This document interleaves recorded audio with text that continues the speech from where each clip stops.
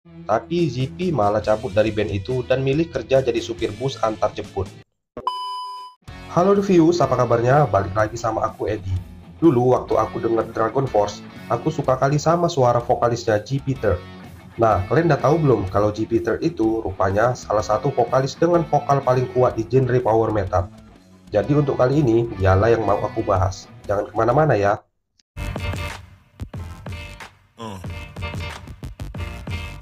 Nah, jadi di tanggal 27 Mei 1974, di Glen William Western Cape, Afrika Selatan, lahirlah seorang anak lelaki yang bernama Jupiter.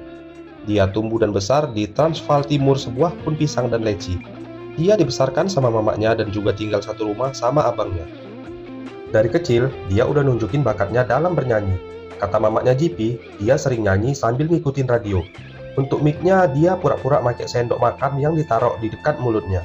Waktu abangnya udah SMA, dia ngenalin JP sama Slippery When With-nya Bon Jovi.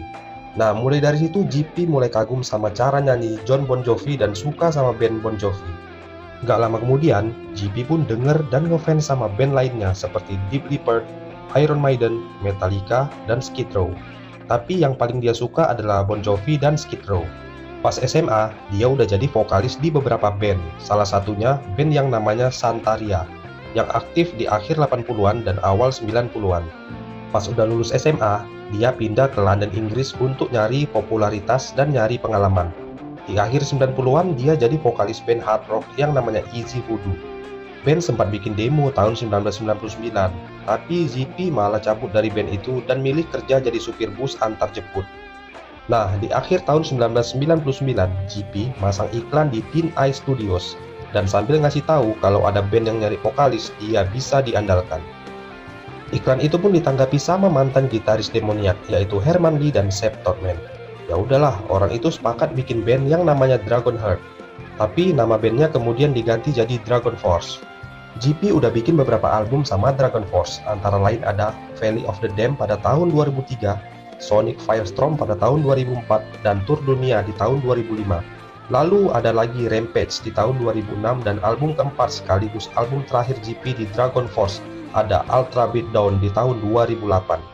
Habis bikin album terakhir, JP pun ninggalin Dragon Force karena katanya ada perbedaan pendapat secara musikal yang nggak bisa diatasi.